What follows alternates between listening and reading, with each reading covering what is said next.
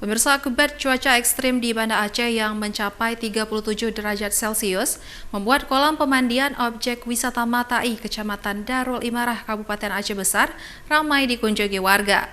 Kehadiran warga ini hanya sekedar mandi dan berendam untuk menyegarkan tubuh di tengah teriknya cuaca yang melanda Banda Aceh.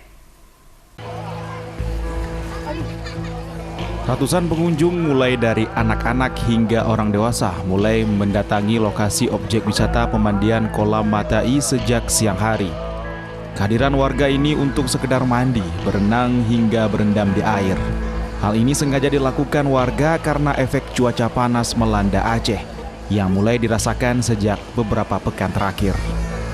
Jika biasanya objek wisata Matai hanya ramai didatangi warga kala akhir pekan dan hari libur, namun sejak cuaca ekstrim melanda Banda Aceh, kawasan ini kerap didatangi pengunjung setiap harinya, terutama kala siang hari. Pengunjung rela mandi dan berendam berlama-lama untuk menyegarkan tubuh, karena saat ini kondisi cuaca panas di Banda Aceh mencapai 37 derajat Celcius. Kondisi ini kerap membuat warga gerah. Lumayan begini bang, sejuk, adem, bang. Pokoknya seru lah, asik. Kalau cuaca sekarang menurut abang seperti apa? Lumayan panas loh bang, panas banget lah. Cuaca hari ini panas sekali, jadi kami mandi kolam Matai bersama keluarga.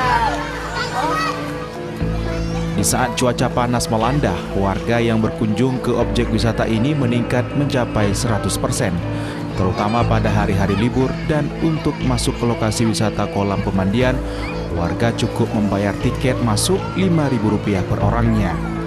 Dari Kabupaten Aceh Besar, Syukri Syarifuddin, iNews melaporkan.